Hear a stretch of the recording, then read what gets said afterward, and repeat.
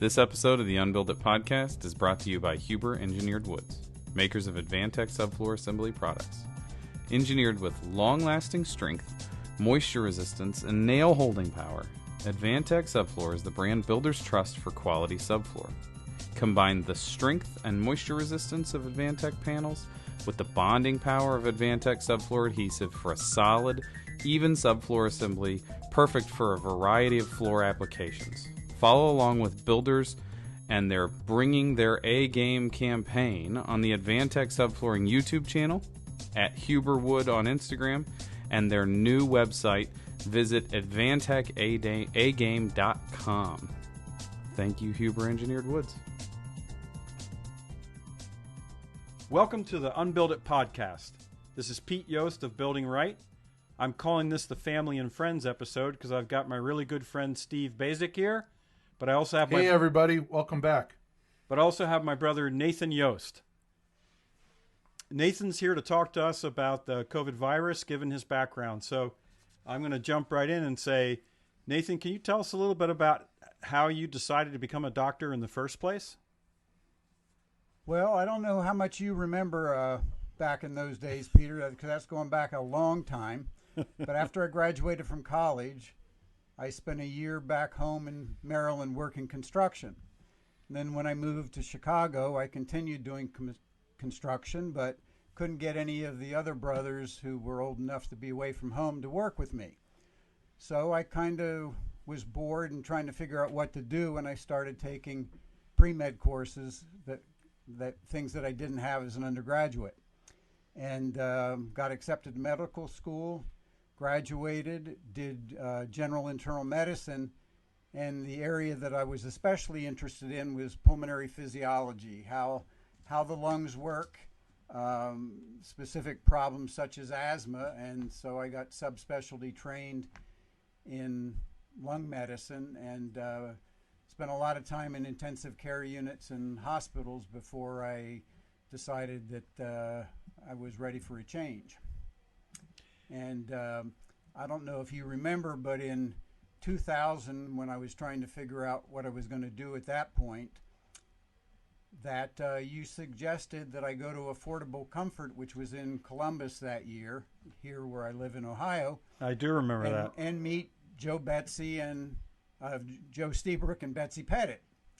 So Yep. And Affordable Comfort is an old world conference, right? I don't think it exists anymore, does it? No, there's a new name for the conference for affordable housing, high performance folks. I can't remember it off the top of my head, but you're right, Steve. But that was the conference for affordable housing, Affordable Comfort back in the day. So I met Joe and Betsy, had dinner with them, and a few drinks. And as you know, Joe likes to make insults and put people down, especially architects, Steve, right? So Yep. Having had a lot of older brothers and people, I just dissed them back. And Joe really likes people that stand up to him, at least to a certain degree. So I got to know Joe and Betsy a little bit, and at that point I was also trying to figure out what all I would do. And I actually, at that time, I'd started a couple months before working with the American Lung Association here in Columbus with the Health House program of the American Lung Association. And Joe and Betsy were actually a sponsor of certain activities under that program. So they suggested that at some point I come visit them for a weekend in Massachusetts. Now, Nathan, hold on a second. Hold on. Because the story I heard from Joe about the Affordable Comfort was that he was giving an educational session, and there was some guy in the back of the room with his hand up the whole frickin' time. And in frustration, Joe finally said, "Who the heck are you?" And you said, "I'm Nathan Yost." And Joe turned and said, "Oh, God, another Yost." That explains everything. That's the story I heard. Well, I'm old enough that my memory may be bad on a couple of those things, but I do remember that when we had dinner after the daytime sessions, that Joe and Betsy and Mac Pierce and a few Canadians were there. Mm-hmm. And they were just having fun as Joe and I went back and forth. But anyway, moving ahead, so I was interested in the interaction of building science and health, among other things. And so what I did actually for the next year was travel around the country when Joe was either doing a presentation somewhere or a building investigation. And what was interesting about that, it was basically cities that I could fly to on Southwest at the last minute because some of these things were not planned much in advance. So during that year, I actually spent a lot of time with Joe on the road in restaurants, bars, and buildings and conferences. And then, as you remember, the next summer of 2001, we talked with Joe and Betsy. Well, actually, Joe and Betsy wanted to recruit you to get you to building science. And after they had hired you, or about that time, I said, well, do you want to hire another Yost? That's right. Yeah. And so we actually flew up. I was working on installing new windows in Mother and Dad's house in Maryland, and flew up to Boston and met with you and Joe and Betsy, and we started September 1st. And what happened right after that was catastrophic, in that on September 11th, my 11th day working there, the attack on the World Trade Center in the Pentagon occurred. And that dramatically, that dramatically changed the way we traveled, especially. Yeah. And of course, that was the time, the 1st of September, that I met Steve. And I think at that point I questioned whether I really wanted to be a building science. Boy, that's two catastrophes in the same month. And Nathan, when you were traveling around with Joe early on, that was a bit of a mind meld. Didn't that scare you a little bit, doing a mind meld with Joe Stiebrick? No, because he and I both have the same warped sense of humor, so we generally appreciated each other's jokes, and it was a good experience. And the other thing that was interesting with Joe was, because I wasn't from the building area, we weren't sort of competing. Mm-hmm. We were more interacting. And I also used the Columbo method, which was I would ask questions to, prod him to either explain his position or to try to get him to change it. So it was very good experience. And the Unbuilt It podcast. The Unbuilt It podcast. It was a nice intellectual compliment. Sorry. That's okay. I was just going to say, we're pretty tough on Joe and Betsy sometimes on the Unbuilt It podcast, but man, I think the three of us will attest. What an incubator for just stretching your brain. Just an incredible place to work because of the mix of people. Leading architects, a guy who's a pulmonary specialist who understands buildings, the green weenie, me in the background. It was incredibly exciting. Yeah, and there were a bunch of other people. I mean, Nathan mentioned a couple of people like Mac Pierce or Terry Brennan.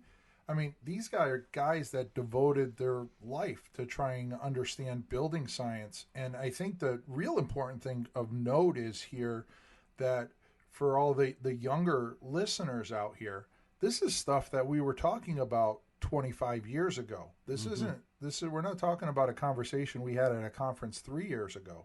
This is 25 years ago. And even at that time, Mac Pearson, Terry Brennan, and Joe had years behind them talking about this stuff. So it's not new stuff. Right. I really felt like a Johnny-come-lately in that although I had done a lot of things in construction with several brothers, including Peter at times, that were building and renovating houses, but I didn't necessarily understand especially the water management of things that we were doing in those houses. But Joe and Betsy, yes, introduced us not only to some of the most knowledgeable people in North America in building science, but also to production builders. And so that during the 3 years that I was at Building Science, I traveled throughout the United States looking at individual private homes, production builder projects, and even got to go to Hawaii to investigate problems in a hotel. So it was quite an experience. So Nathan, let's jump into the topic at hand, which is the COVID virus. Can you just give us your quick overview of sort of where it all began and then where we are right now, just as a quick overview as we get into the specifics of how buildings interact with the virus? Right. I'd just say a few things to put it in context as to why it's such a big problem. Although we refer to it by a number of different names, but COVID-19 is the official name. But the important thing to realize is that this is different from almost any other infection that humans have suffered from as far as we know in recorded history. So that there are two similar viruses that caused the SARS epidemic in, I think, 2003, and the MERS epidemic, which is for the Middle East Respiratory Syndrome. And they are also coronaviruses, but they are different enough that no human has any specific antibodies or the ability to resist this infection because of antibodies from a previous similar infection. So that makes it very different from influenza, which changes from year to year. But anyone who has had influenza or a previous vaccine will at least have some antibodies that tend to make a new infection with a different strain of influenza not as severe as would be otherwise. So that's why, even though a lot of people, especially those much younger than us, don't tend to get very sick from being infected by this virus, that they don't have any inherent or natural immunity to it.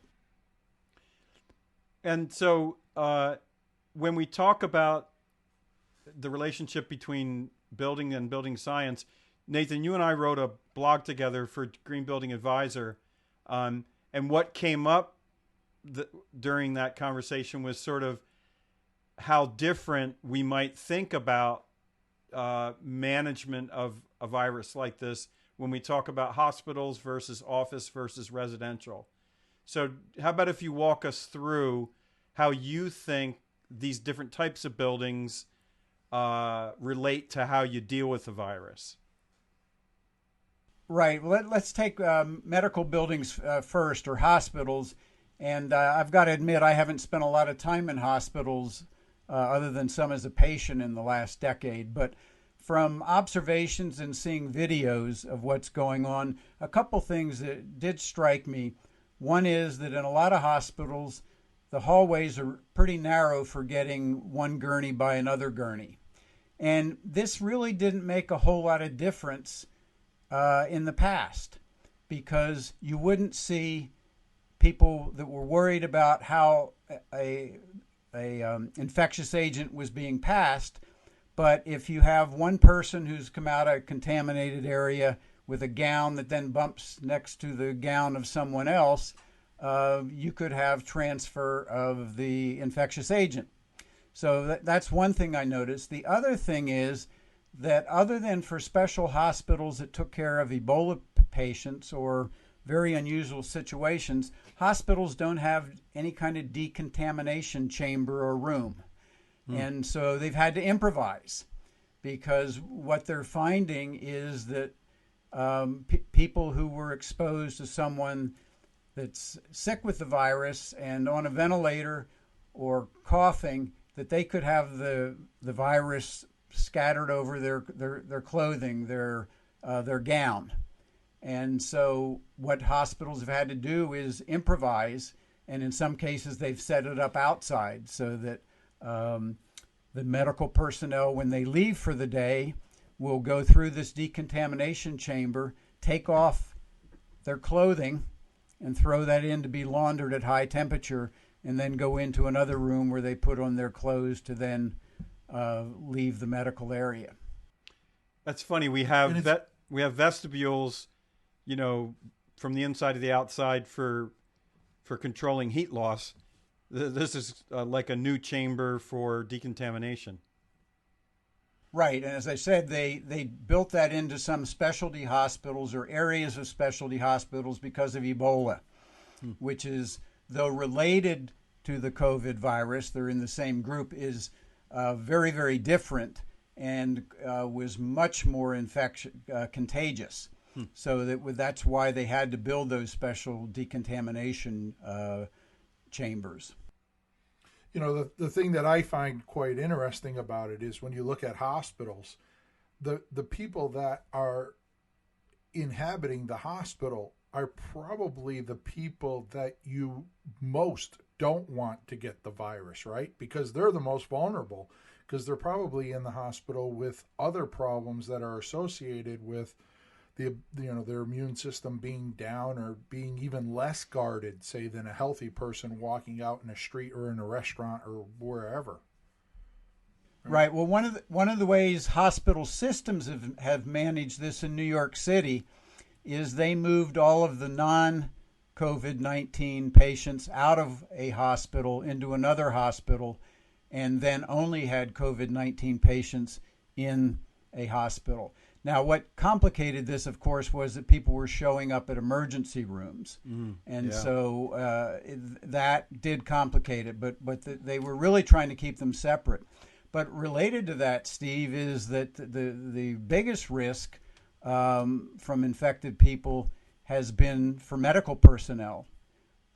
In Italy, about half of the deaths at one point were medical personnel. That may be a little bit overstating that, but among all the people under 50, 55 years of age, the majority of them were medical personnel. And they're also being exposed to extremely high levels of the virus from critically ill patients. Hey, Nathan, you sent me an article, I think, recently about how 6 feet may not be even close to enough given how I guess it's called puffing, can project the aerosol containing all manner of things, including the virus, further than 6 feet?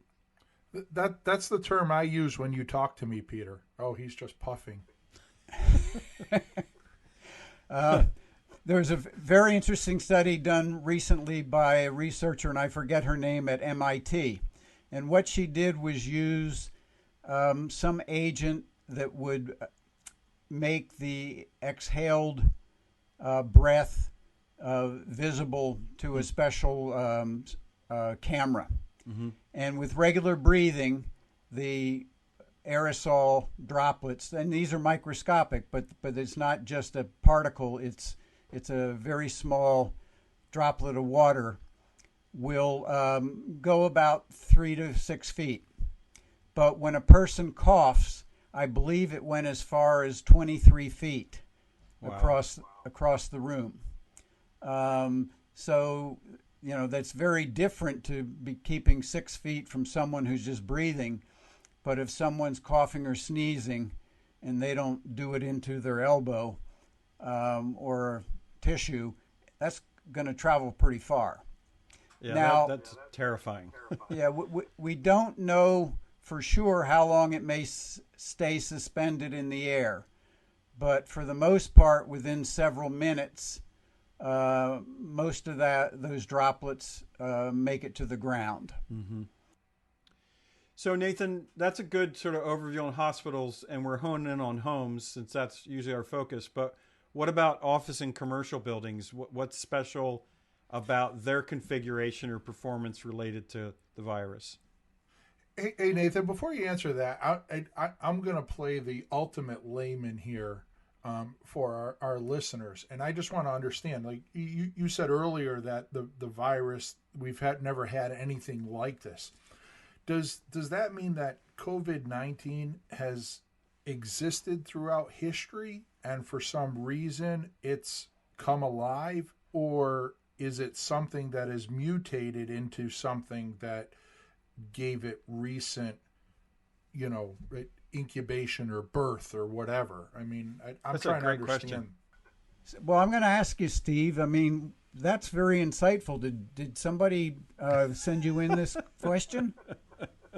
Because thanks. we no, I'm serious. Jake really, would appreciate that comment because all I do is get crap from these two guys every time I try and come up with a good question. The answer, the long and the short, is we don't really know. Huh.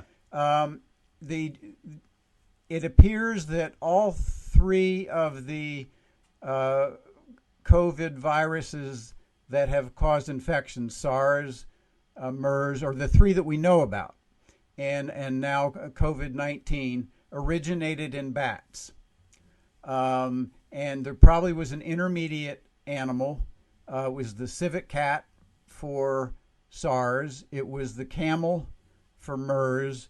And we don't know for sure whether it's the pangolin, which is a odd-looking animal that people like to eat, China. We just don't know for sure. So that there are we a sure lot it's of, not? Go Are ahead. we sure it's not Great Danes? That's just flat out mean.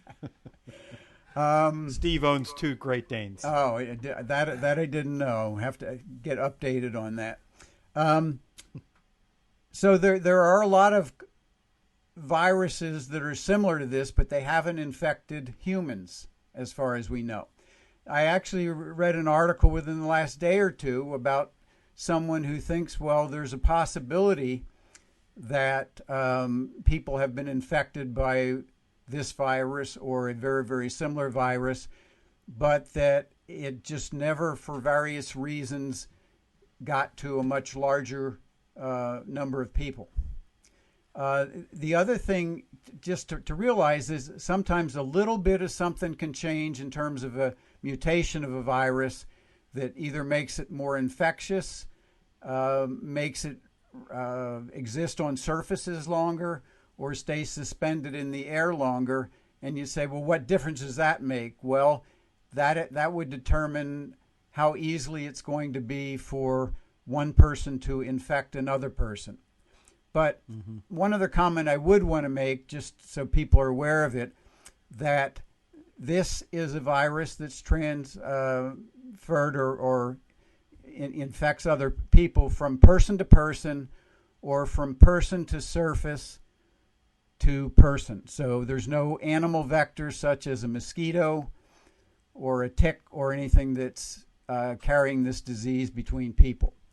So it's okay if I pet my Great Danes and then my daughter pets them 5 minutes later? Well, most likely. Or is that considered a surface? Oh, it'd be a surface, but one of the two of you would have to be infected, and that gets me to one thing that I tell people is that if the inside of your house is your safe space, so that everyone who's in there is physically distancing. I don't like the term social distancing because we're really talking about a physical distance. And you can be within 6 feet of someone, but you may not be socially close to the person. But anyway, that was supposed to be a joke. That you don't need to constantly wipe down the doorknobs within that safe space.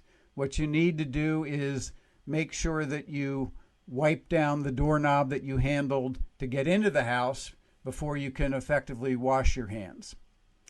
And when we say that it goes from person to surface to person, we're really talking about getting that from someone's respiratory tract, either from coughing on the hand, touching the hand to the nose or mouth or eyes, and then to a surface, and then the person who touches the surface touching somewhere on the face. And that's just a little bit of technical. The reason that makes a difference is this virus can only attach to receptors on certain cells. So, and they are in the respiratory tract, primarily in the lung.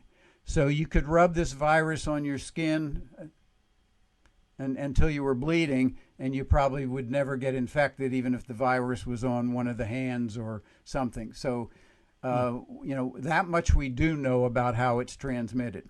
But when we went back, we were talking about, before we got off a little bit, in terms of office or commercial spaces.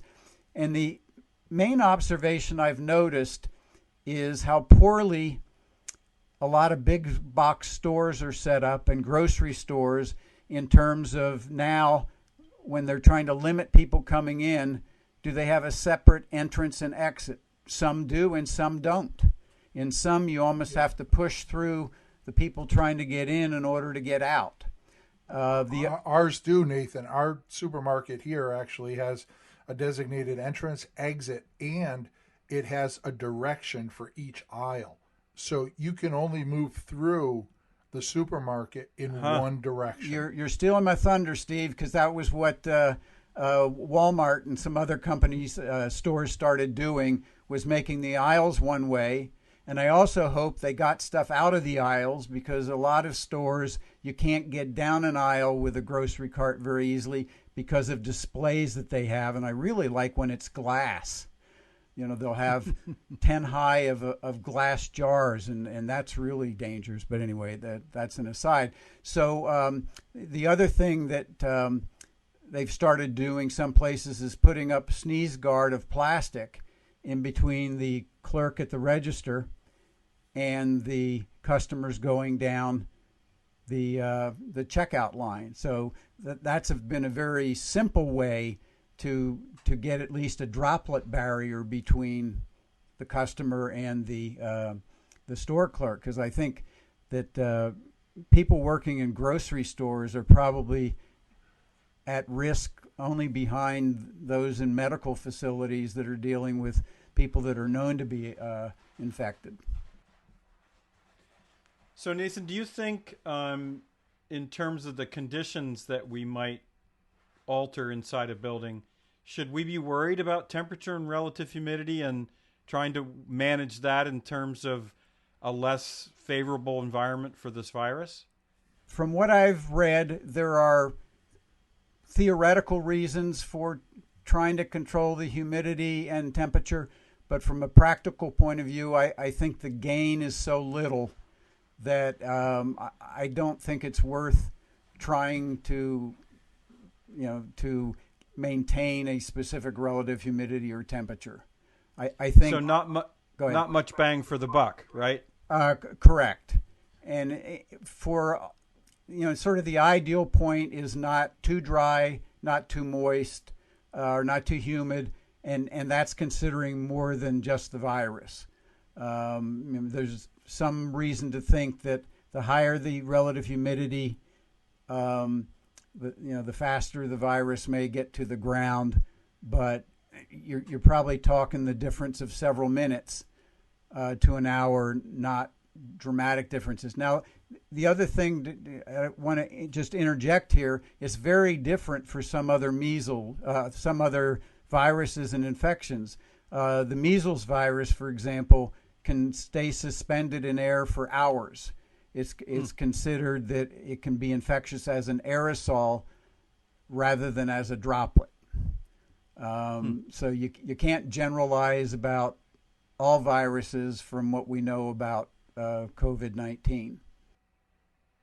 Hey, Nathan, you and I talked about this really briefly, but there was, when we had the Spanish flu in the 1917, 1918, 1919, there was one study I heard about that said that in addition to the loss of life, they calculated that there was a potential of 12 to 13 years reduction in sort of average people's lifetime because of the stress placed by that particular virus. Do you have a sense of whether this virus, in addition to making people sick and some people die, that it has an effect on lifespan? Way too soon to tell as far as I know. I have actually not seen, although I might have missed it, very much information in terms of among those who were severely ill, after they recover and presumably no longer infectious and have some immunity, what their functional status is. In other words, how long is it taking them to recover, and how completely do they recover? Just as an aside, or what you said in terms of stress, it's very clear, though, that a lot of people are experiencing tremendous amount of stress.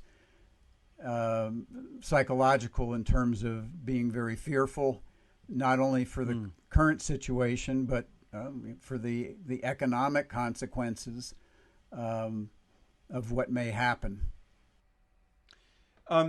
So, Nathan, just turning to another aspect of buildings, can we filter our way out of this problem?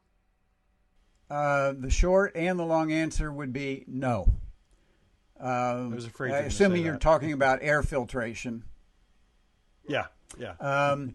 Because it doesn't stay suspended very long, it probably doesn't make any difference, because by the time the air would get to the filter, all of the viral particles are going to have dropped out. The only place where this could potentially make a difference would be in a hospital, but what they're doing in hospitals of where they can, of patients who are on a ventilator, they have those are negative pressure rooms, meaning they exhaust the air out from that room so that none of the air from that room where there would have been a lot of virus in the air will leave that room and potentially infect other people. But for a home or office building, filtration would not be something that I would worry about. So, Nathan, you mentioned, but I want to come back to exactly what should people be focused on, sort of what is the biggest bang for your buck in terms of protecting yourself. Hey, just before we get to that, I got my next layman question. So cool. when you talked about air infiltration and you said, okay, the virus will have dropped out. What does dropped out mean? Does this virus vaporize? Does it fall to the floor? I mean, what does dropped out mean? It will fall to the floor because the droplets are heavier than air itself, so they don't stay suspended. An individual viral particle can, but as far as we know, this virus stays attached to that water droplet, or it at least, when they're measuring the air farther from someone who coughed, or measure the air a little while later, right where that person had been, there will not be detectable virus there. So it's by gravity, it's making its way to the floor. And the other thing, just in terms of that, well, does that mean we need to clean the floor or the street? I mean, I've just been kind of amused when I've seen pictures, mostly from Asia, where there will be teams of workers spraying to disinfect the street. And I said to my wife today, I said, it's not hoof and mouth disease where you can be carrying it on your shoe. So unless kids are crawling around on the ground outside, or you happen to like to lick the bottom of your shoe, I wouldn't be particularly worried about the ground. So surfaces we are worried about, Nathan, you mentioned like doorknobs, handrails, things a lot of people use. What about different surfaces? Cloth compared to plastic, plastic compared to glass, glass compared to metal. Well, it depends what the metal is. I'm trying to look because I don't necessarily remember everything. The fascinating thing of the studies that have been done so far that I'm aware of, looking at how long the viral particles are still detectable on a surface. For plastic, glass, and stainless steel or typical metals, it's several days. Whether it's 2 or 3 days or a little bit longer, is debatable at this point. Copper seems to be only about 4 hours. So if you had copper doorknobs and nobody touched it for 4 hours, there's probably no detectable virus left. And that may have to do with ionic activity on the surface or free electrons. Who knows exactly? I don't. And hard aluminum surfaces, it's 6 to 8 hours. Cardboard is fascinating in that for some reason, cardboard, it's about 24 hours. And they're not sure whether it's because the cardboard absorbs the water that's with the aerosol droplet, or it's something else. But then I also saw someone saying that with paper, it's variable from several hours to several days.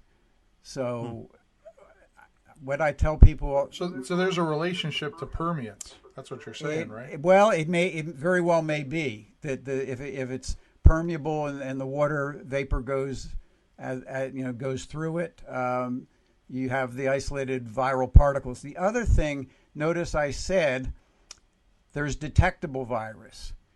It doesn't automatically mean that it's a viral particle that's still going to be able to infect you.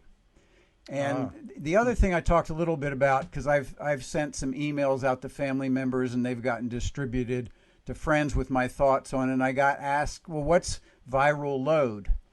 And because this comes up sometimes, and I said, well, the term was first used in terms of HIV infections, especially. What's the viral load in the blood?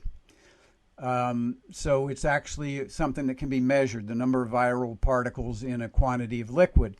But what's also important in terms of infection is the viral load of how many viral particles are you getting infected with at the time you get infected. And the reason that can make a difference is if you, say, inhaled millions of viral particles, well, that's a lot of viral particles that you're already starting out with. That's a lot of cells that are going to quickly get infected by that virus, and a lot more viral particles are going to be released from the new viral particles that are manufactured. Whereas if you get infected with a very small number of viral particles, your body's going to have time to start reacting to some of those particles before you suddenly are exposed to millions and billions of viral particles. So who does it mean? It means healthcare workers can get exposed to massive amounts of virus depending upon the quality of their protective equipment. The question that comes to mind when you talk about that, Nathan, is does that mean that I can partially get COVID-19, or is it an all or nothing proposition? Like there's a certain enough particles that I get it, or there's certain enough amount of particles that I don't get it, or is there I got it halfway? Interesting question. You probably either actually get infected or you don't. But I don't think we know really for almost all organisms or viruses how many particles it takes. I mean, that's research that's hard to do. But there's probably parameters that set that up, right? Right. I mean, me being a svelte guy at 175, that would be a lot different than maybe if I was 340 pounds or something, right? That there might be different parameters. Probably less to do with body size, but because what's fascinating, as I said earlier, this virus only can attach to certain numbers of cells, certain types of cells. And I'm not going to get technical with it, but one thing that is clear is that smokers have more of these cells than non-smokers. And the viral particle has to attach to those specific cells. And I'm pretty sure I read this, that the SARS virus was a little bit different in terms of the cells to which it attached. Viruses are weird things. Hey, Nathan, to wrap up on this, what about sort of potent versus not so potent disinfectants? What should, I've heard that, hey, if you're using alcohol, it's got to be 70%. What do we do to make sure we're using materials that actually deal with the virus? There's a very good list on the CDC website. Actually, I'm sorry, it's the EPA.gov website. But what's ironic, because I keep having trouble going back to this, I should have bookmarked it, but it's under pesticide registration. but they. Wow. Yeah, that's why I couldn't find it easily under COVID or viral infections. It's under pesticides. Dilute bleach is very effective.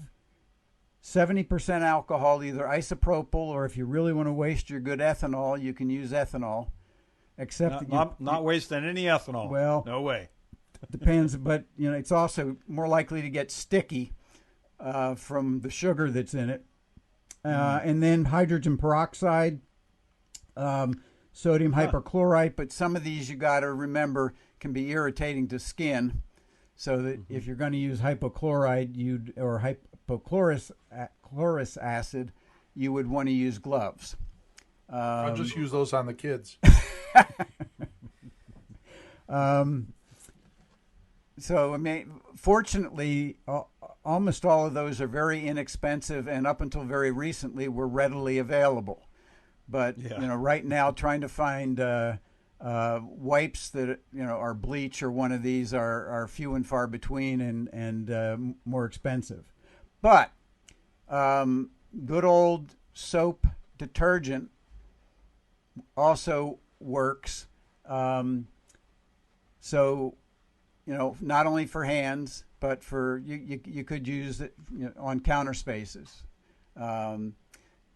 But I was thinking about that, getting back to houses when we were talking about, what do you want to think about in terms of your house? And one of the things I was thinking about that's handy is when the sink is very close to your entrance. Because if you can wash your hands as soon as you get in the house and then wipe down the doorknob inside and out that you've touched, you've kept your safe space safe. And when you're inside that safe space, then unless someone comes in that violates the terms of that safe space, it's a safe space. Yeah, that's a great way to look at it. You know what I find interesting, Nathan, when you talk about it being the safe space.